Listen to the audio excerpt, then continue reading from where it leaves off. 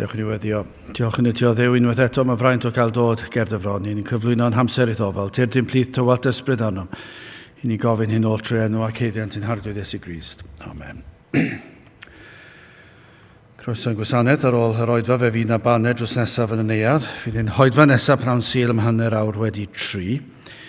Fydd ein cwrdd gweddi misol sy'n cael ei gynnal ar y drydedd nos Iau o bob mis yn cael ei gynnal Mehefin yr 4 ar 15, Mehefin 19 am hanner awr 7. Os dymunwch chi gyfrannu tuag at yr achos, mae plat ar gyfer y casgliad yng nghefn y capel. Gwnewch ni ddechrau trwy ganu emyn rhif 101, Ti Iesu y dwyt oll dy hun fy meddiant ar y llawr. 101 gewn ni sefyll i'w chanu.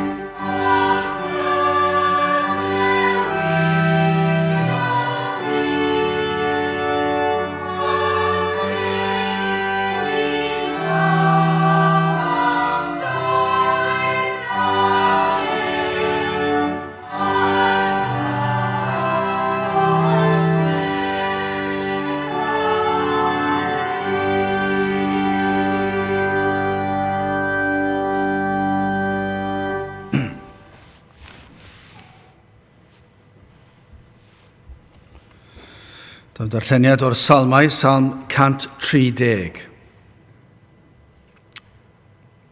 Salm 130, dechrau'n yr adnod gyntaf.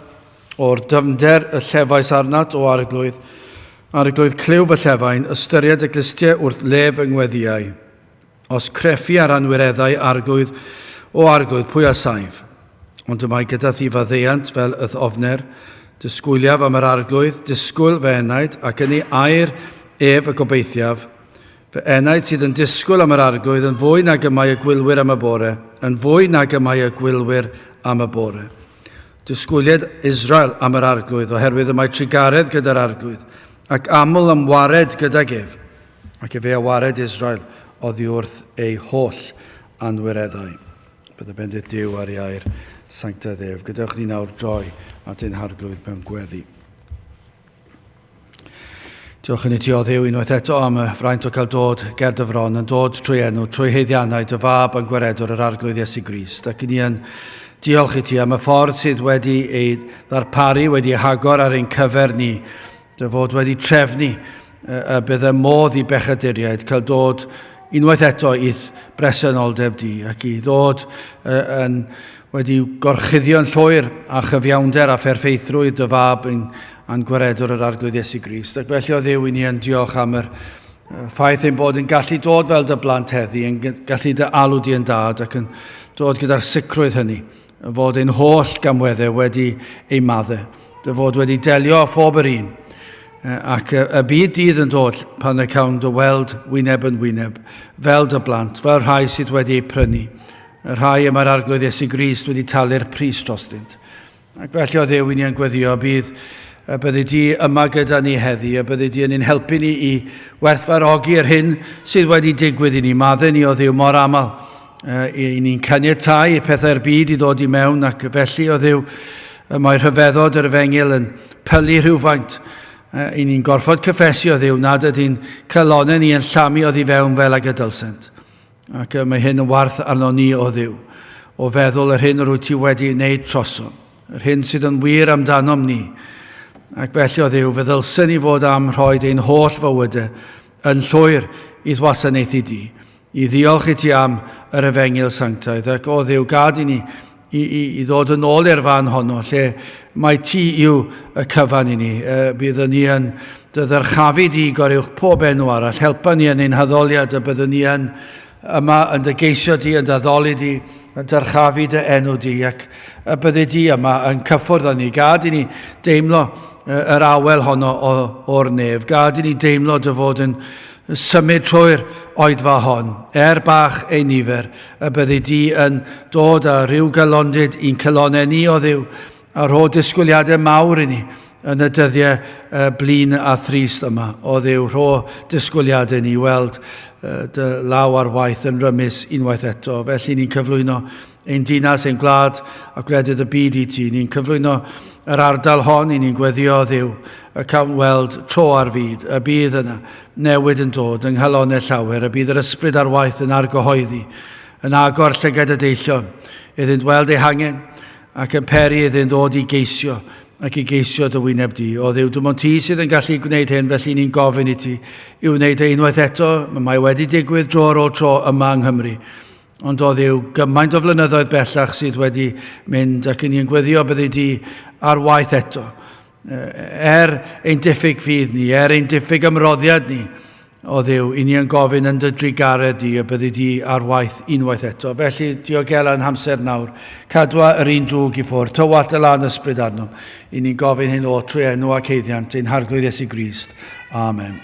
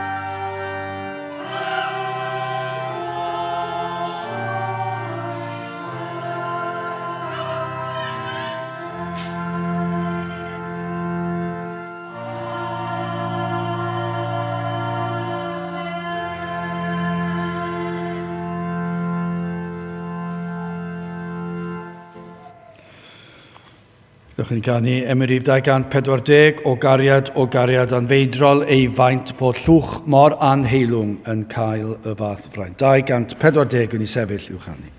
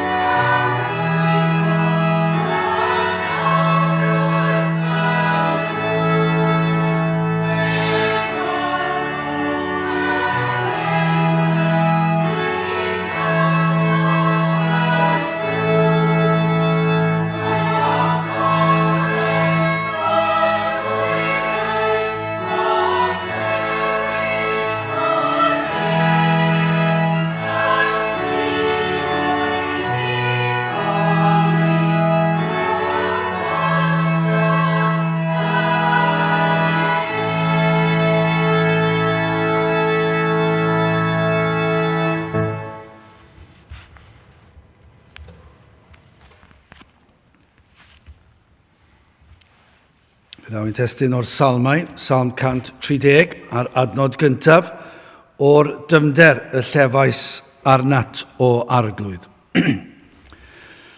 Mae'r salm yma yn salm sydd yn delio a materion yr enaid, ond yn benodol felly wrth gwrs mae'r holl ysgrythyr yn delio a materion yr enaid, ond bydd ysgrifir hon yn sicr fel un sydd yn delio gyda'r fath faterion. Mae hwn yn rhywbeth siwr o fod sydd yn estron i gymdeithas heddi. Efallai blynyddoedd yn ôl, byddai'r rhai yn fwy cyfarwydd a materion sydd yn ymwneud â'r enaid. Efallai, sicr byddai mwy o bobl yn mynd i'r oedfa, i'r capel, ac mi fydden nhw falle yn deall y terminoleg, yn deall yr eirfa falle, ond faint byddai pryd hynny wedi deall y materion sydd yn ymwneud â'r enaid, ond bydden nhw'n deall rhywbeth falle. Ond bellach, yn sicr yma yng Nghymru, mae hwnna wedi hen fynd, mae wedi diflannu'n dod yn llwyr o'r wlad. I ni'n fwy cyfarwydd o faterion sydd yn ymwneud â lot o beth eraill. Yn sicr yn faterion sydd yn ymwneud â'r cyrff, ein corff, neu ein cyflwr meddyliol.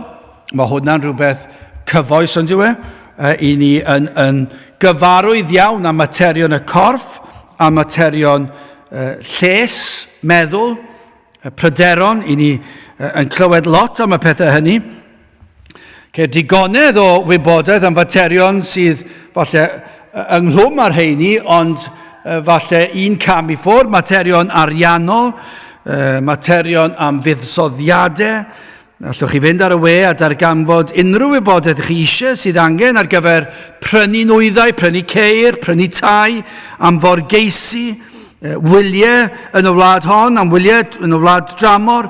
Unrhyw beth, gewch chi ffeindio'r holl materion yna. Ac wrth gwrs, bydd y materion yna, os oes problemau yn yr ardaloedd hynny, be fydden nhw'n effeithio ar y meddwl neu'r corff. Ond hyn sydd llwyr wedi mynd yn estron o'r wlad hon yw materion sydd yn ymwneud â'r enaid. Dyw'r mwyafrif llethol ddim yn gwybod beth yw enaid. Felly yn sicr, dyn nhw ddim yn gwybod beth yw materion yn ymwneud â'r enaid.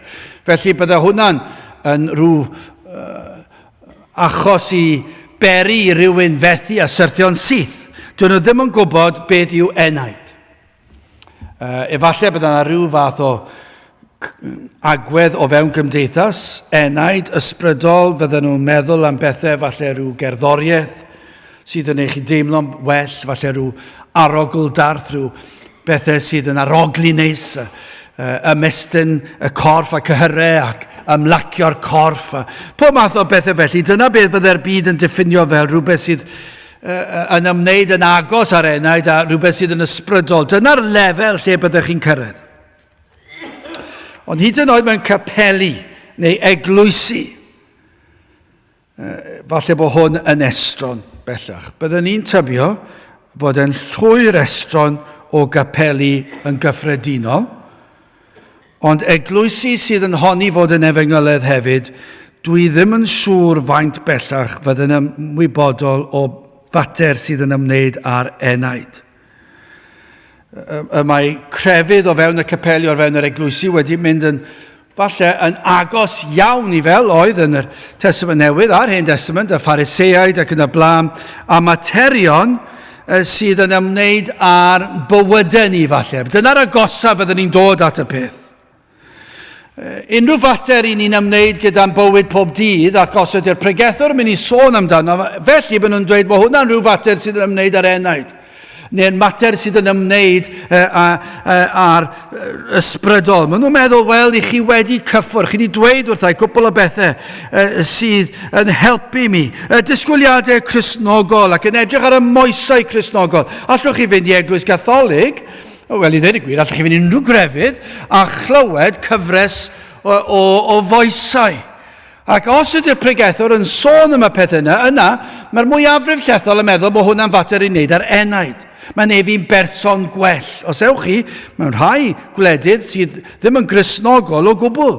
Fyddwch chi'n mynd yna, a mae'n un o'r gwledydd fwyaf saff i drigo ynddo. Byddwch chi'n gallu cerdded am hanner nos ar ben eich hun. Heb berig siwr o fod, neb ar gyffuriau, neb yn yfed y ddiod feddwl. Ac felly byddwch chi gallu cerdded yr hyd y strydoedd. Dwi ddim yn Gristnogol, ond maen nhw'n cadw a treolau llym iawn. Ac yn teimlo, wel, bydde lot o bobl yn meddwl, wel, mae hwnna'n ysbrydol iawn. Faint sydd yn deall unrhyw beth sydd yn ymwneud â'r materion yma? Mater sydd yn ymwneud â'r enaid, sydd wir yn ysbrydol. Sydd yn delio â thynged trygwyddol yr enaid, sydd mor bwysig yn diwedd. Faint sydd yn deall yna? Faint sydd hyn o'n cyffwrdd ag bod enaid yn anfarwol, dwi ddim yn mynd i ddod i ben, does dim un enaid yn mynd i farw. Mae yna gatre yn mynd i fod i'r enaid, a ble fydd yr enaid yn treulio tragwyddoldeb? Ble fydd hynny'n digwydd? A dyn nhw'n delio da'r materion yma o'r enaid, yw'r modd y mae modd i ni cael cymdeithas a Dyw. Yn yr enaid mae hwnna'n digwydd, lle mae'r unigolyn yn cael perthynas â Dyw, bod Dyw yn siarad ag a'r enaid yn siarad â Dyw. A faint sydd yn ymwybodol o unrhyw beth i wneud yna. Ar wahân i grefydd, sut dwi'n byw, sut dwi'n ymddangos. Dwi'n dod i'r capel. Dwi'n darllen fy Meibl. dwi ddim yn neud ambell i beth, dwi yn neud ambell i beth arall. A dyna lefel y Cristnogaeth. Gai ofyn cyn i ni fynd ymhellach, hyd yn oed ymhlith y rhai sy'n gwrando, sydd yn honni fod yn Cristnogion. A yw eich crefydd chi yn grefydd yn union fel pob crefydd arall yn y byd, a Cristnogaeth yn y wlad hon, ond dyn nhw ddim yn delio gyda'r enaid. Dyn nhw ddim yn delio ar ysbrydol. Wel, gadewch i ni'n gyntaf edrych fel mae'r salmydd yn ei weld. Mae yn gyntaf yn sôn am y dyfnderoedd, yna mae'n sôn am yr aros, ac yna yn olaf yr achubiaeth. Mae yna dyfnderoedd yn does. O'r adnod gyntaf, o'r dyfnder y llefais arnat o arglwydd. Nawr yn aml clywir pobl yn cyfeirio at gyfnodau tywyll yn ei bywydau, ac efallai bod ni yn yr oes hon yn clywed mwy amdano fe, lles meddyliol, a mae hwnna'n beth da, mae'n beth da i siarad, ni'n clywed am y beth yn dydyn ni, mae'n dda i siarad, ac wrth gwrs i fod yn dda i siarad. Ond mae mor drist ambell lle, ni'n dod mor fyr o'r atebion sydd yna, mae'n dda i siarad ac mae angen help. Ac mae yna gymaint yn sôn am cyfnodau tywyll o fewn bywydau, ond eto i gyd ddim yn cynnig yr efengil, ddim yn dweud beth yw'r ateb. Ond i ni yn gyfarwydd yn dydyn ni. Cyfnodau i ni'n disgrifio. Falle ni'n bywydau personol ni fel pa fo pethau'n reit wael. Ac i ni felly'n disgrifio fe fel cyfnod tywyll iawn. A gallai fod am amryw o resymau. Gall fod oherwydd digwyddiadau allanol i ni. Dim byd i wneud gyda ni. Nid ein cyflwr ni sydd yn peri bod ni'n teimlo bod ni'n mewn tywyllwch, ond rhywbeth sydd wedi dod o'r tu fas, lle falle ni'n gwybod am rai pobl mewn gwledydd lle mae yna ryfeloedd a mae'r hyfel, dim byd i wneud ydyn nhw, ond maen nhw wedi ffeindio hunan yn ganol yr hyfel a mae yn dywyll, mae eu bywydau nhw wedi cael ei effeithio yn llwyr, ac felly maen nhw'n disgrifio'r cyfnod honno fel rhyw gyfnod tywyll yn eu bywyd nhw, neu falle trwy rhyw drais yn ei herbyn, rhyw ymosodiad bod yna rhywbeth wedi digwydd o tu fas wedi peri bod nhw'n mynd trwy gyfnod tywyll. Mae hwnna'n sicr.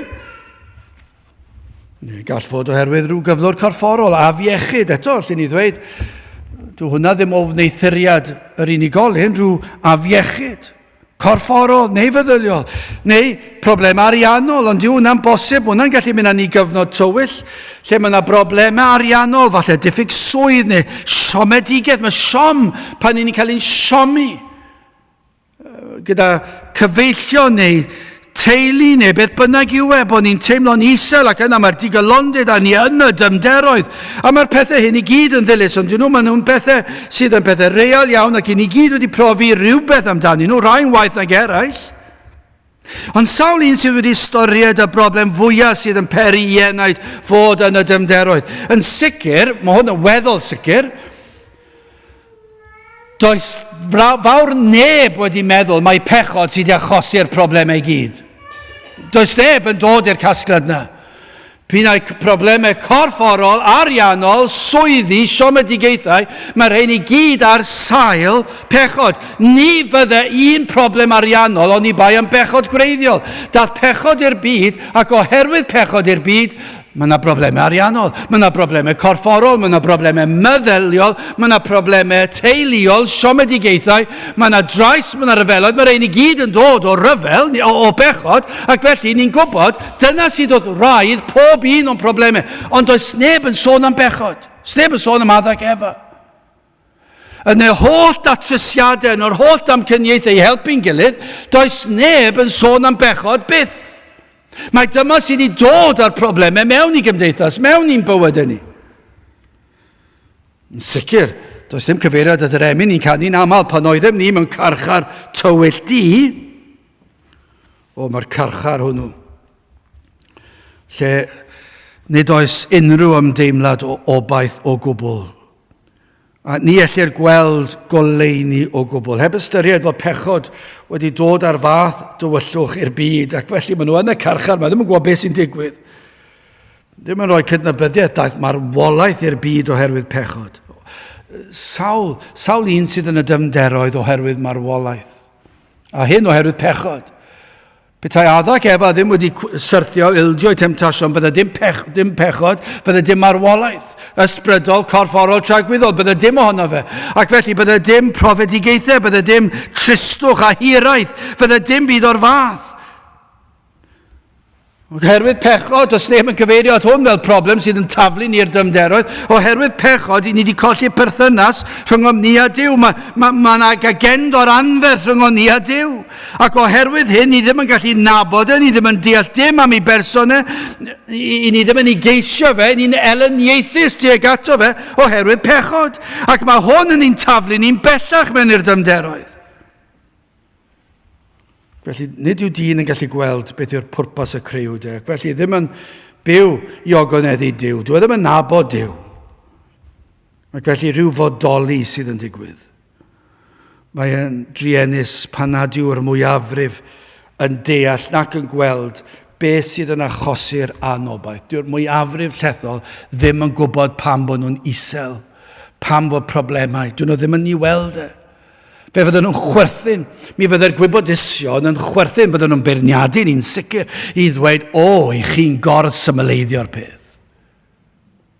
Bod problemau cymdeithas oherwydd hyn, bod pobl yn y dyfnderoedd yma. Fod y pellter yma o Dduw a'i cyflwr ger ei fronef. Wel, ceir rhai yn chwilio am bwrpas i bywyd, a ddim yn gallu gwneud hynny, yn llenwi bywydau, phob math o bethau i leddfu ar y boen. Dyn nhw ddim yn ei ddeall. Mae'n drienus, ond dwi'n chi'n ei weld yma yng Nghaerdydd, ond chi'n ei weld siŵr o fod ym mhob tref, bob pentref, ym mhob dinas, i ni weld yn bobman, i ni'n ei weld yn sicr tua'r penwythnosau, pobl yn meddwl beth allan ni wneud i leddfu ar y diflastod bywyd, i ni'n teimlo mor isel. Falle bod pobl yn mwynhau mynd i'r gwaith, ond bydden nhw'n meddwl nid yma yw popeth i fywyd, ac felly maen nhw'n cyrraedd y penwythnos, ac maen nhw'n meddwl sut fedrai beri bod yna rhyw bwrpas, rhyw lawenydd, a maen nhw'n mynd i bob math o bethau dros y penwythnos, ac maen nhw'n boddi y tristwch ar iselder, maen nhw'n trial gwadu'r ffaith bod nhw yn y dyfnderoedd, ac maen nhw'n rhedeg i ffwrdd o'r dyfnderoedd yma. Gai ofyn y cwestiwn yma, os oes yna un yn gwrando, o leia un sydd wedi dod i weld ei bod yn y dyfnderoedd, o leia mae hwnna'n gam i'r cyfeiriad iawn. Efallai bod rhywun wedi dod i weld bod nhw yn y dyfnderoedd oherwydd i pechod. Mae hwnna'n gam pellach, ond yw e? Falle bod nhw'n gweld fod pechod dyn yn gyffredinol, ond hefyd pechod yn ein bywydau personol, yn achosi'r iselder dyfnderoedd yma. Yn sylwi bod Duw yn bell oddi wrthynt. Falle bod nhw'n ymwybodol y byddant yn dod ac yn sefyll o'i flaen ryw ddydd. Ond os ganddyn nhw ddim gobaith am unrhyw help, am unrhyw gymorth, ac maen nhw'n meddwl, sut fedra i sefyll o flaen Duw?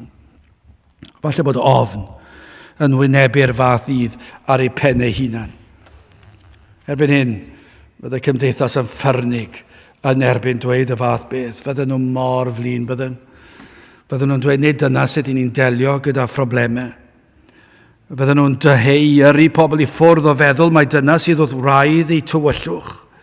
Fydden nhw'n rhoi cyngor, fydden nhw'n dweud mae rhaid i chi gamu allan, mae rhaid chi arbrofi, mae rhaid chi deithio, mae rhaid chi llenwi'ch bywydau, phob math o bethau. Dyna be fydden nhw'n dweud. Maen nhw'n dod lan â phob math o ddamcaniaethau, ond dim un yn dweud edrychwch beth yw eich cyflwr. Fydden neb yn dweud na. Fydden neb yn dweud wrth rhywun edrychwch ar eich pechod.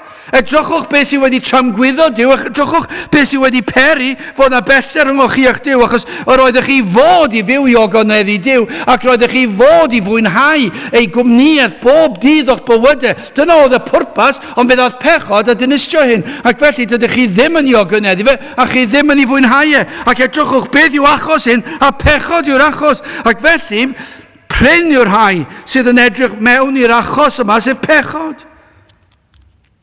A beth sy'n digwydd yw fod yr pechod yma yn achosi'r tywyllwch i fynd yn fwy tywyll. A mae hyd yn oed be mae cymdeithas yn ei wneud, yn gwadu'r fath beth, yn wneud y broblem yn fwy. Os yna unrhyw un sydd yn gwrando, o'r diwedd sydd wedi profi be profodd y salmydd, oedd y salmydd wedi cyrraedd y dymderoedd. Ond y dymderoedd yr oedd wedi gyrraedd oedd dymderoedd yr enaid. Nid rhyw broblem fach allanol oedd yn neud fe deimlo'n isel, dim dyna beth oedd e. Dim problem ariannol sydd yn fawr ac yn neud chi deimlo'n ddigalon. Mae'r un a gyd y beth y real, ond oedd yna gamp dyfnach i'r profiad gafodd e. Roedd ei enaid yn y carchar yma. Roedd e wedi mynd lawr i'r dymderoedd. A dyna beth sydd yn digwydd i bob un cyn dod yn Gristion. Mae'r ysbryd glân fel bethau wedi agor llygaid yr enaid a wedi dangos iddynt eu pechod. Ac nawr maen nhw yn y dymderoedd. Maen nhw wedi gweld gwacter y byd, celwydd y byd, miri y byd, adloniant y byd, a di weld bod yn methu, dwi ddim yn lleddfu'r boen. Maen nhw wedi dod i weld, dyw alcohol neu chyffuriau ddim yn lleddfu'r boen. Mae'n ychwanegu at y broblem. Maen nhw wedi dod i weld, dyw gweithio yn galed bob dydd ac am mwy arian. Dyw hwnna ddim yn datrys eu problemau nhw. Maen nhw wedi dod o'r diwedd i weld bod yr enaid ymhell o Dduw ac wedi gweld eu pechod, bod nhw'n trymgwyddo Dduw. Be maen nhw wedi sylwi hyn? Maen nhw wedi dod i weld fe fydden nhw'n sefyll ger ei fron rhyw ddydd ac yn atebol ger bron Dduw rhyw ddydd. Ac mae hwnna wedi taflu nhw i'r dymdero. Dyn nhw ddim yn gwybod ble i droi. Bydd pob Cristion yn gwybod rhywbeth am hyn. Yn teimlo, dwi ddim yn barod i gyfarfod a fy niw. Dwi ddim yn gwybod sut fedra i fod yn saff i tragwyddoldeb. Ac mae'r enaid yn ofni. Mae hwnna'n rhywbeth mwy dwys, yn diwe? Mae hwnna'n fwy na yr ofnau i ni gyd yn ei gael, yr rhai mwy nag eraill. Mae hwn yn mynd â fe ymhellach. Mae hwn yn ofn sydd yn camu o fyd amser i dragwyddoldeb. Nawr, dwi ddim yn gwybod ble fydd yr enaid yn treulio tragwyddoldeb. Ac felly, mae'n dweud o'r dymder, mae e o'r diwedd yn galw ar yr arglwydd. O'r dymder y llefais arnat o arglwydd. Mae e wedi cyrraedd y gwaelodion. A dwi ddim yn gwybod pa le arall i droi. A mae'n troi at yr arglwydd. Mae rhai eglwysi yn does na, mae yna rai crefyddau i gael, lle maen nhw'n troi at yr offeiriad. Ac yn gobeithio fydd yr offeiriad, a mae'r offeiriad yn gallu rhoi dim gair o gyngor iddyn nhw.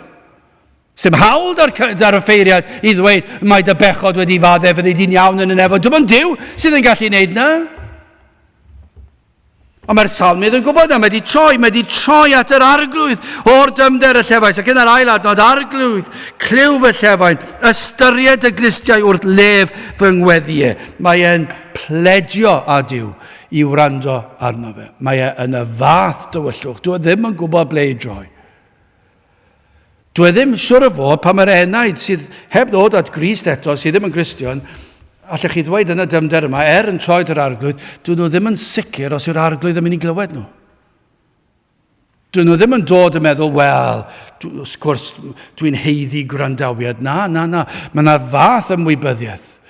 Mae'r ymdeimlad yma, dwi'n mor frwnt, dwi'n mor eog, dwi'n mor bechadurus, dwi'n y fath ymder, dwi'n y fath tywyllwch, dwi ddim yn gwybod pa le i droi, dwi ddim yn gwybod beth yw lan a lawr i'r dden ac i'r chwith, mae e mor dywyll. Ond mae e fel bethau'n dweud, os wyt ti yno gwrando, lliw fy llefain, ystyried y glistiau wrth lef yng ngweddiau, o wneud i ystyried fi. Dwi ddim yn heiddi ystyried, dwi ddim yn heiddi gwrandawiad, ond o'r dyfnder dwi'n galw.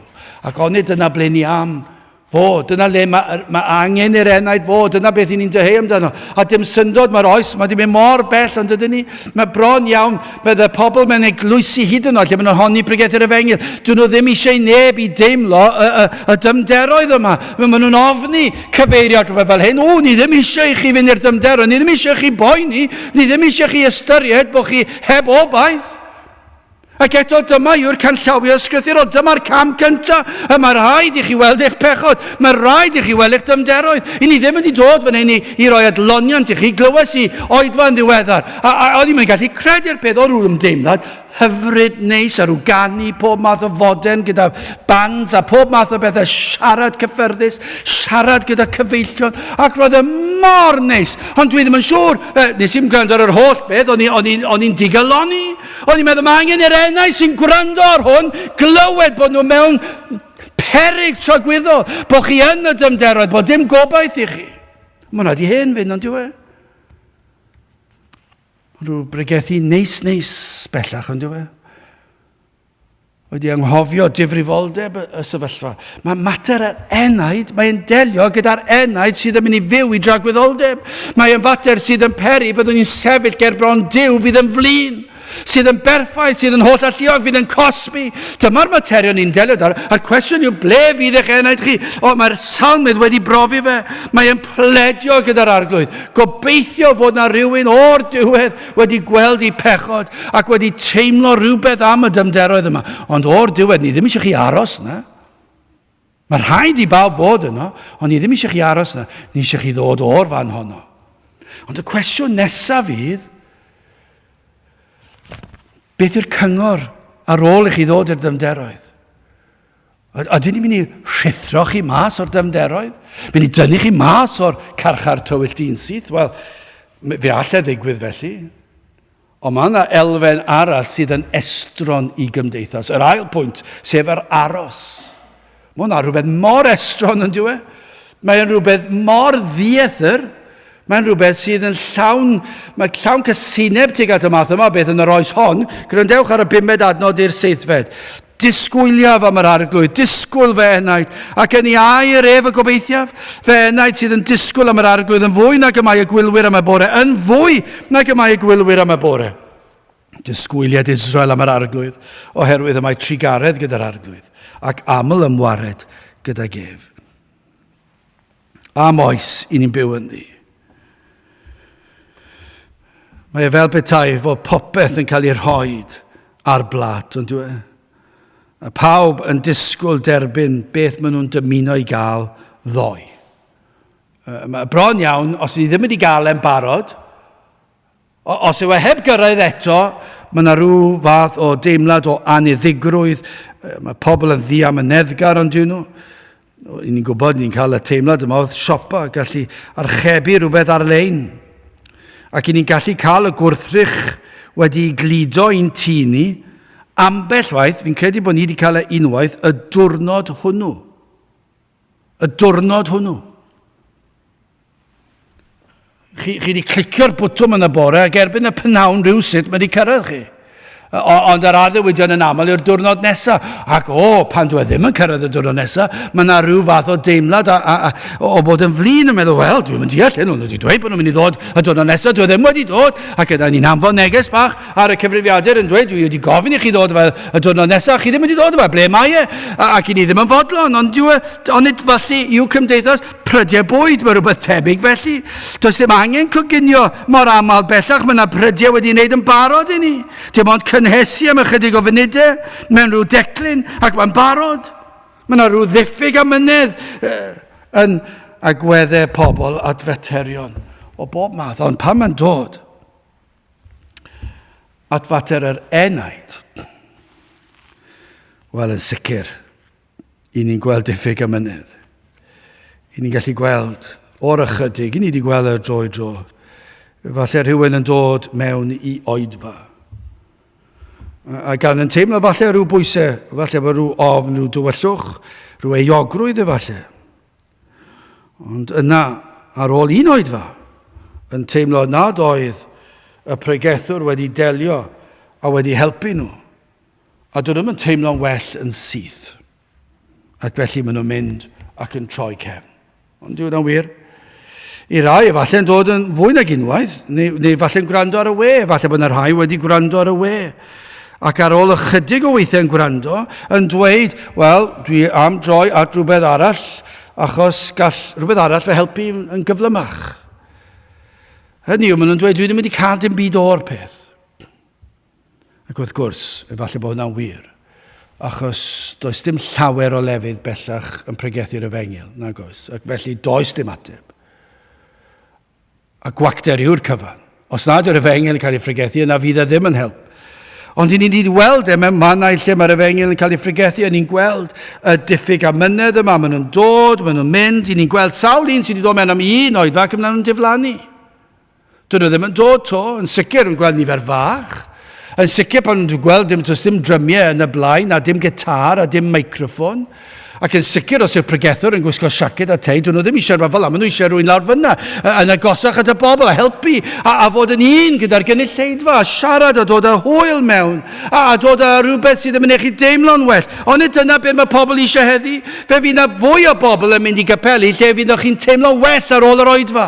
Fydd y pregethwr neu pwy bynnag sydd yn siarad ar y pryd neu roi sgwrs fach i chi neu roi rhyw ddrama fach i chi yn neud i chi teimlo well am eich hun ac yn neud i chi teimlo bod yna rhyw fath o obaith a dewch ato ni a fe roeddwn ni lot o fwyd i chi a fe ni edrych ar eich hôl chi a bob math o bethau ond mae'r un am bethau sydd yn ymwneud â'r corff a'r meddwl ddim yr enaid. Ond yw pobl ddim eisiau yna, dyn nhw ddim eisiau aros, dyn nhw ddim eisiau treulio amser i geisio, dyn nhw ddim eisiau yna, maen nhw eisiau rhywbeth sydd yn mynd i ticio'r bocs a wneud nhw teimlo well nawr. Mae e fel petai nhw'n siarad gyda Duw fel hyn. Os wyt ti yn mynd i fy helpu fi, dyma dy gyfle. Dwi wedi dod i'r cwrdd, neu falle rhywun ar y we. Dwi wedi gwrando ar y we. Dwi wedi rhoi cyfle a digwyddodd dim. Digwyddodd dim byd. Mae fel petai nhw'n dweud wrth Dduw, dyma dy gyfle olaf. Os nad wyt ti'n dod ata i nawr a dod am i gyflwr fwy gobeithiol, yna fe a fi rywle arall, fe a fi gapel arall, mwy ysgafn falle, neu fe a fi grefydd arall, neu rhyw athroniaeth arall, fe na i trial helpu fi hunan rywle arall. Ond yn sicr, os nad wyt ti'n neud y nawr, dyma dy dro ola, dyma dy gyfle ola. Dwi ddim yn mynd i roi cyfle arall, dwi wedi dod, dwi wedi trial a dwi wedi mynd. Ond ydyw pobl yn siarad fel yna? Cofio cael sgwrs ag un, yn dweud ei fod wedi ceisio'r arglwydd, wedi gofyn am faddeuant, a digwyddodd dim byd. Ac felly penderfynu troi at y byd. Dyma gwestiwn i chi. Chi sydd yn honni fod yn Gristnogion, pa gyngor fyddech chi'n rhoi i un fel hynny? Un sy'n dweud bod wedi troi at yr arglwydd, wedi gweddio ar yr arglwydd am faddeuant, a bod dim byd wedi digwydd, ac felly wedi penderfynu troi at y byd. Ac wedi rhoi tipyn o amser, nid wythnosau, misoedd, falle blynyddoedd. Be fyddai'r cyngor byddech chi'n rhoi? Achos mae hwn yn ddifrifol yn diwedd, achos os yw beth wedodd y person hwnnw yn wir, yna mae gair Duw yn llwyr annibynadwy. Fedrwch chi ddim dibynnu ar gair Duw. Os yw hwnna'n wir, ac os yna nifer tebyg i'r un yna, yn dweud y gwir bod nhw wedi rhoi cyfle i Dduw, bod nhw wedi geisio fe, a wedi galw arno fe, a bod dim byd wedi digwydd, yna, os yw hwnna'n wir, fedrwch chi ddim dibynnu ar gair Duw. I ddweud y gwir, does dim hawl gen i ddweud wrthoch chi fod Duw yn mynd i ateb eich gweddiau chi. Os yw hwnna'n wir. Os oes yna un enaid yn gallu dweud bod hwnna'n wir, bod nhw wedi ceisio Duw a ddim wedi gael bod nhw wedi galw ar ei enw a ddim wedi cael unrhyw gysur, a bod nhw wedi troi at y byd, os yw hwnna'n wir, yna mae Pregethodd Efengil wastad amser, achos fedrwch chi ddim cael sicrwydd yn yr Efengil, allwch chi droi at crefydd modern Efengiledd a Cristnogaeth o ryw fath, achos allwch chi droi a dweud sut i chi fod i fyw, a sut i fod yn neis i'n gilydd, a helpu'r tlawd, a bod yn garedig ac yn foesol. Allwch chi sôn am hwnna, ond dim dyna yw crefydd. Dim hwnna yw gwir grefydd. Wrth gwrs, allwch chi gadw ymlaen ar y lefel yna, ond be chi'n mynd i roi fel ateb i rywun fel hyn? Mae problem da chi, fe hoff adnod i yw, Ioan 6:37, yr hyn o lle mae'r tad yn ei roddi mi a ddaw ata fi, ar hwnna ddel ata fi, nis bwriau fe fallan ddim. Ond mae'r adnod na, mae yna broblem da ni fyna, achos os yw'r unigolyn sydd wedi dweud wrtho ni, dwi wedi troi at Duw, mwy nag unwaith, ac felly digwyddodd dim byd, a ffwrdd a fi, dwi'n mynd i'r byd, a dwi'n troi at rhywbeth arall. Beth am yr adnod na? Mae'r adnod na'n dweud, ar hwnna ddaw ata fi, nis bwriau fe allan ddim. Ond mae yna gymaint o adnodau yn y Beibl sy'n dweud yr un peth. Ac felly, maen nhw'n gelwydd, ond dyn nhw. Os yna un enaid yn gallu dweud, dyw e ddim yn wir. Felly, mynd nôl i'r cwestiwn, pa gyngor fyddwch chi'n rhoi i rywun sy'n dweud y fath beth? Fyddwn ni'n tybio, mae rhaid, mae dweud, nid oeddent wir wedi aros ar yr arglwydd na'i geisio. I ddweud y gwir, gallech chi ddweud gyda eitha sicrwydd, doeddech chi ddim yn ceisio yr arglwydd. Oeddech chi'n ceisio crefydd, roeddech chi'n ceisio rhyw deimlad gwell, o'ch chi'n chwilio am rhywbeth i leddfu ar eich cydwybod, oeddech chi'n chwilio am rhywbeth i neu chi deimlo'n fwy hapus. Hwna'n wir. Ond doeddech chi ddim yn ceisio, doedd yr enaid ddim yn ceisio'r arglwydd. Lle chi ddweud yn weddol sicr? Nid oeddent wir am ei gael, nid oeddent yn teimlo pwysau euogrwydd eu pechod fel mynyddoedd byd, ond sicr doedden nhw ddim yn teimlo fel yna, achos os oedden nhw, bydden nhw'n aros ar yr arglwydd. Bydden nhw'n aros yn gwybod mai dim ond fe sydd yn gallu roi'r ateb iddyn nhw, ac felly bydde'r enaid o hwnnw, os yw yn dweud y gwir, os yn teimlo pwysau euogrwydd pechod, mi fydde hwnnw neu honno yn ceisio gwyneb yr arglwydd a cheisio tan i bod yn dod at yr arglwydd ac yn cael ateb i weddi. A fydde fe'n aros ac yn disgwyl, ac yn disgwyl, ac yn disgwyl. Ond na, oedd rhain, dwi'n penderfynu na, dwi wedi ceisio a ffwrdd a fi i'r byd. Lle ddweud hyn wrthych chi, doedden nhw ddim yn ceisio. Ac dwi'n gallu bod yn sicr o hyn. Petaw nhw'n onest, fydden nhw'n gwybod bod ni'n dweud y gwir. Bydden nhw'n gwybod na. Bydden nhw ddim yn cydnabod efallai. Na, mae'n iawn i'w dadl nhw. Fe nes i geisio'r arglwydd. Fe nes i ofyn am fyddeuon. Ond na, doeddech chi ddim yn aros ar yr arglwydd. Doedden nhw ddim yn dyheu am gael dod allan o'r tywyllwch hwnnw. Doedden nhw ddim yn cysau'r tywyllwch i'r fath, radder. Oedd yr fath o tywyllwch allanol efallai yn teimlo rhywbeth, mae yna boened yn nhw. Ond doedden nhw ddim yn dod i'r man lle roedden nhw'n teimlo mae pechod nhw sydd wedi rhoi nhw yn y carchar tywyll di. A'r cyngor mae'r salmydd, a mae gair Duw yn ei roi dro ar ôl dro, arhoswch ar yr arglwydd, disgwyliwch wrth yr arglwydd. Hynny yw, mae aros a disgwyl, dwi ddim yn golygu eistedd lawr a gwneud dim. Dwi ddim yn golygu dod i'r capel, eistedd lawr, gwrando a ffwrdd chi, a falle bod chi ddim yn gwrando, falle chwarae gyda ffôn symudol, neu falle cyfri'r pibet i nôl i ni, neu falle meddwl am eich gwyliau nesaf, dod i'r cwrdd mynd â fi. Dwi hwnna ddim yn arwydd o rhywun sydd yn teimlo tywyllwch pechod. Mae rhywun sydd yn teimlo tywyllwch i pechod yn eistedd a gwrando a ceisio yn aros, yn gweddio tra'n aros, o Dduw graslon, tyrd helpa fi. Tra'n disgwyl, yn chwilio, mae fel, chi di aros am rhyw anwylid efallai, cyfaill neu ffrind neu gŵr neu wraig neu gariad neu beth bynnag, a chi di trefnu cwrdd â nhw.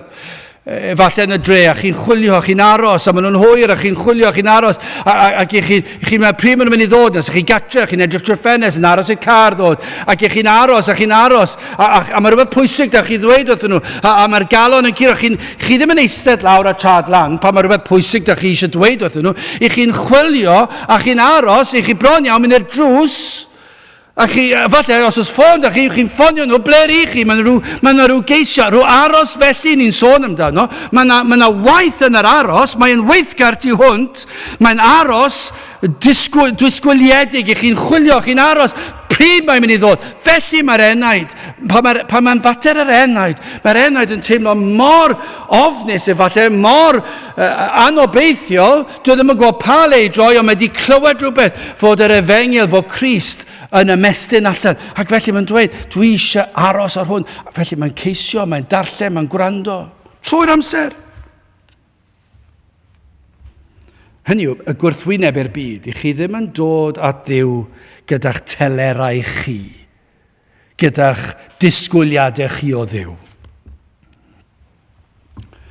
Mae bron iawn fel petai rhywun yn dweud, o fe nes i geisio, o'n i'n disgwyl fflach o oleuni. O'n i'n disgwyl rhyw fang mawr. O'n i'n disgwyl gweld rhyw weledigaeth fawr. Neu, o'n i'n disgwyl cael ateb yn y bregeth honno yn y fan ar lle ac yn neud fi teimlo'n well, ond diweddar wedi dod ac dwi ddim yn hapus. A chi'n dod a'ch telerau chi i Dduw. Dwi wedi rhoi pethefnos, dwi wedi rhoi mis, ac yna dyna fe. Mae'n amlwg dyw'r rheini ddim wedi deall beth yw'r tywyllwch yma o'r dyfnderoedd yma.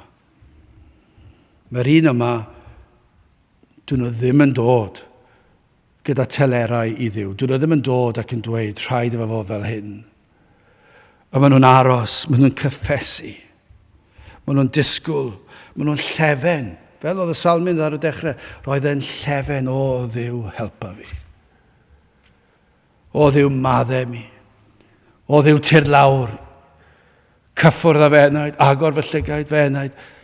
Tir sydd ar ryw gysur I fenaid, dwi'n ofni tragwyddoldeb. Dyna'r iaith I ni'n sôn amdano. Mae'n dweud tir nawr, ond fyddai'n aros i'r oedfa nesaf, neu'r fyddai'n mynd gatre, fyddai'n darllen, fyddai'n gweddio, fyddai'n ceisio. Dyma'r fe. I rai, mae'n gallu digwydd mewn oedfa. A mae'r arglwydd yn dod o'n I eraill, mae'n gallu fod dros gyfnod. Ond beth I ni'n sôn amdano yw bod yr enaid yn fodlon aros a disgwyl a ceisio.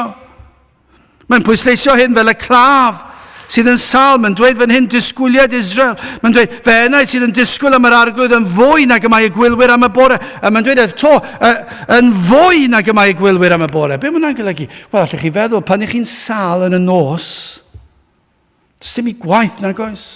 Os oes teulu yna, neu beth bynnag, hyd os nad oes yna, ond mae'n rhyw deimlad, mae pam yn cysgu. A chi'n gwybod, mae'n anodd cael help. Mae o leia pan mae'r haul yn codi a mae'r goleini'n dod, mae yna fywyd o'ch cwmpas chi. A pan ych chi'n sal y nos, chi fel bod chi'n aros I weld yr arwydd cyntaf fod yr haul yn dod. A fod yna rhywun yn deffro.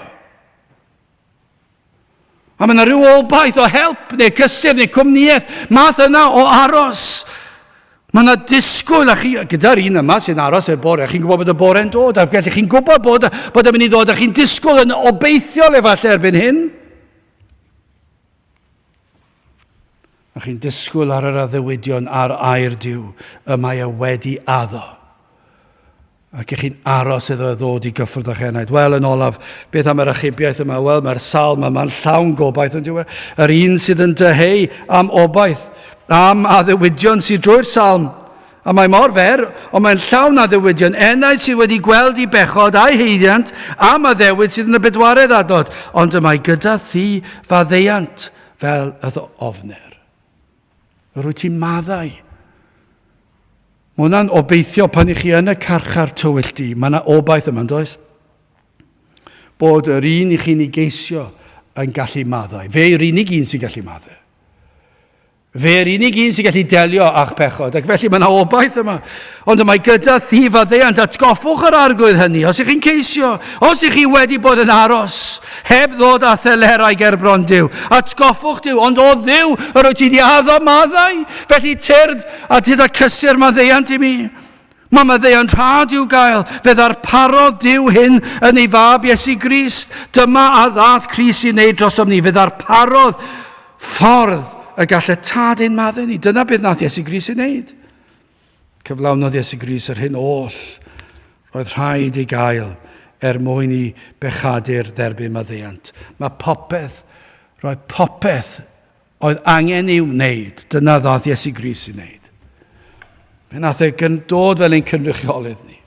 Fe nath e fyw bywyd perffaith. Fe gadwodd e'r gyfraith. Fe gath e'r groes yn fy lle. Fe gafodd ei gosbi ar y groes am fy mechodau fi.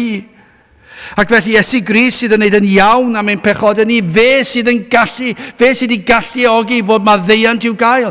Mae wedi delio a popeth, mae wedi bodloni'r tad. Ac felly mae'r salmydd yn gwybod mae'n edrych gyda thi, mae maddeiant o rwyt ti'n gallu maddau. Adnod 5, disgwyliaf am yr arglwydd, disgwyl fe enaid, ac yn ei air y gobeithiaf. Darllenwch gair Duw a chwiliwch am yr addewidion. Ac yna dewch yn nhw gerbron Duw. Dyna'r un sydd wedi profi'r dyfnderoedd. Ac yna'n aros. Ac yna mae'n clywed am yr efengil, ac mae'n ceisio, mae'n disgwyl. Ond be mae'n neud? Mae'n gobeithio yn ei air. Mae gair Duw yn llawn addewidion. Mae gobaith yn ei air. Gan na Duw yn gallu methu yn ei addewidion, nid yw Duw yn gallu torri addewid. Dyw e ddim yn gallu dweud celwydd, dyw e ddim yn gallu torri addewid. Dyna beth mae'r Beibl yn dysgu ni am Dduw. Ac felly, os nad yw Duw yn gallu dweud celwydd, os nad yw yn gallu rhoi addewid, os yw yn gallu torri fe, fydd i'w bwrpas e. Ond mae Duw yn Dduw y cyfamod. Dyw e ddim yn bosib I Dduw torri addewid. Ac felly, os yw Duw yn addo, fe fydd yn cyflawni. Wrth I chi ddod ato, fydd na oleuni yn llewarchu. Dyna beth mae gair Duw yn dweud. Dyna'r gobaith.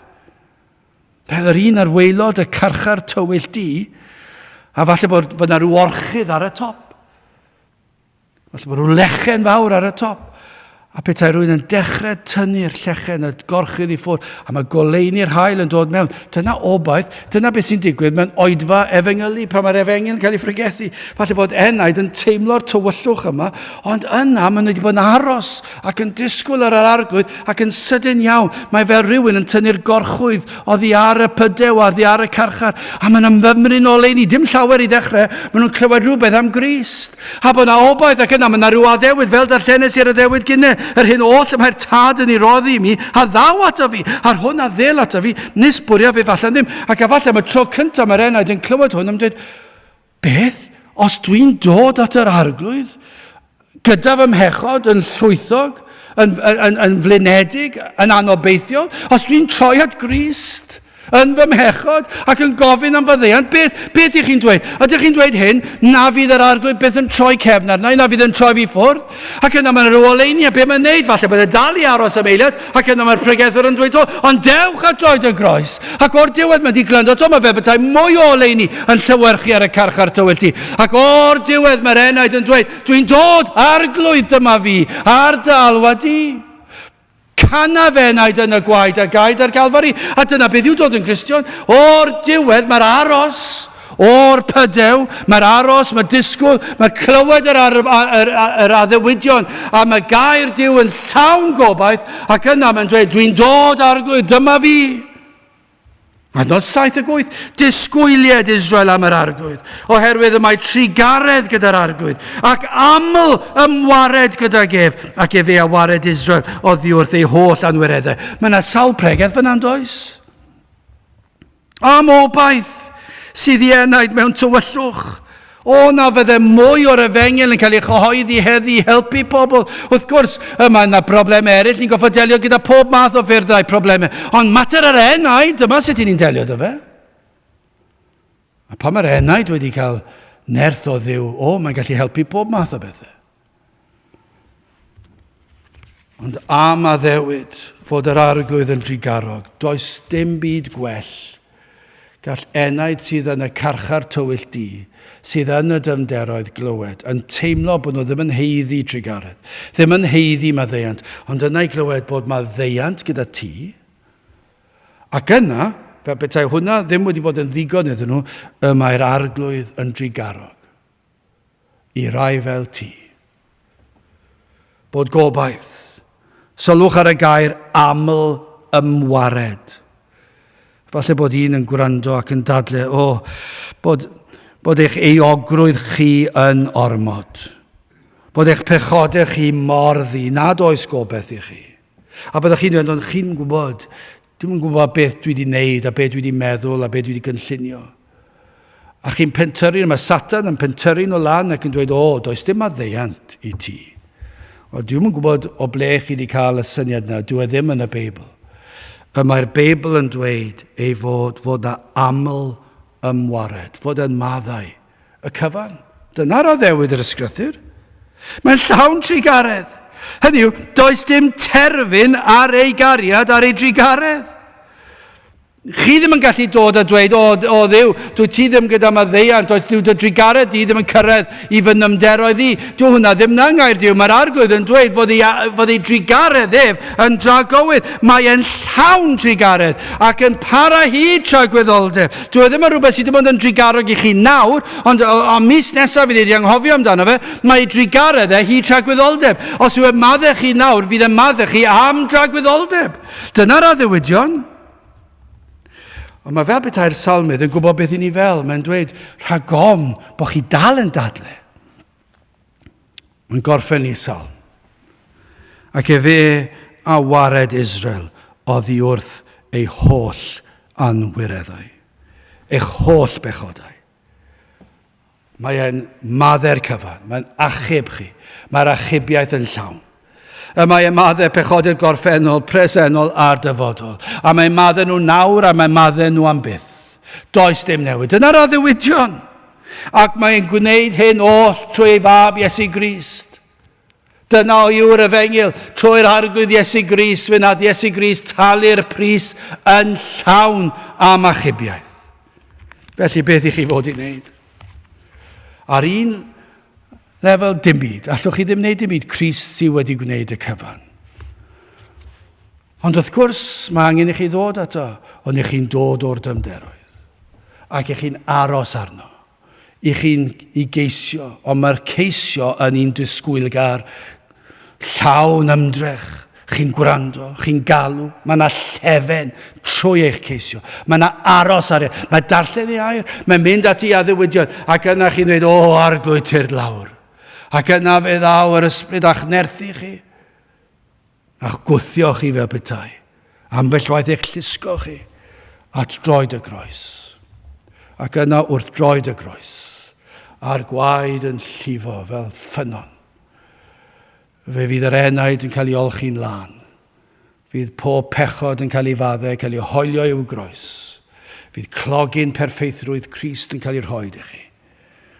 Ac y fydd llawenydd a gorfoledd yr iachawdwriaeth yn dod yn y fan ar lle.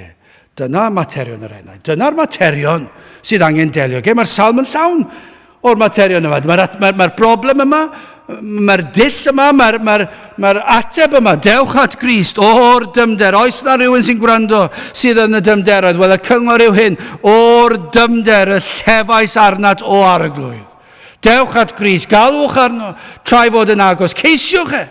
Trai fod ar gael, tra bod modd dod ato. Ac arhoswch arno. Ac y bydd yn dod ac yn ateb eich gweddiau. Gadewch i ni gweddio. O Dduw, graslon i ni yn gweddio, bydde di yn trigarhau wrth rai hyd yn oed heddi. Y bydd na rai yn troi at Grist ac yn ei geisio, ac yn dyfal barhau, ac yn ceisio'n ddisgwylgar. O Dduw, rho'r awydd hwnnw. Ac o'r llygad y deillion iddynt weld eu hangen am Grist, ac yna arwen nhw at droed y groes. Teir, di ni'n gofyn hyn oll, trwy enw'r ceidiant yn harglwydd Iesu Grist. Amen. Dewch ni orffen trwy ganu rhif 526. Os gwelir fi bechadur rhyw ddydd ar ben fy nhaith. Rhyfeddol fydd y canu a newydd fydd yr iaith. 526, gyn i sefyll i'w canu.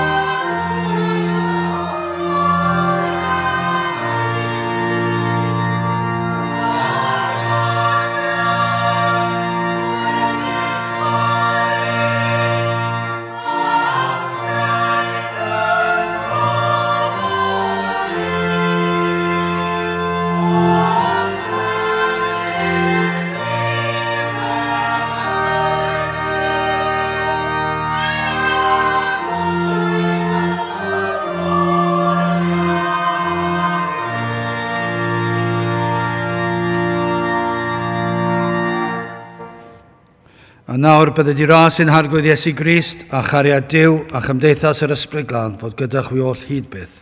Amen.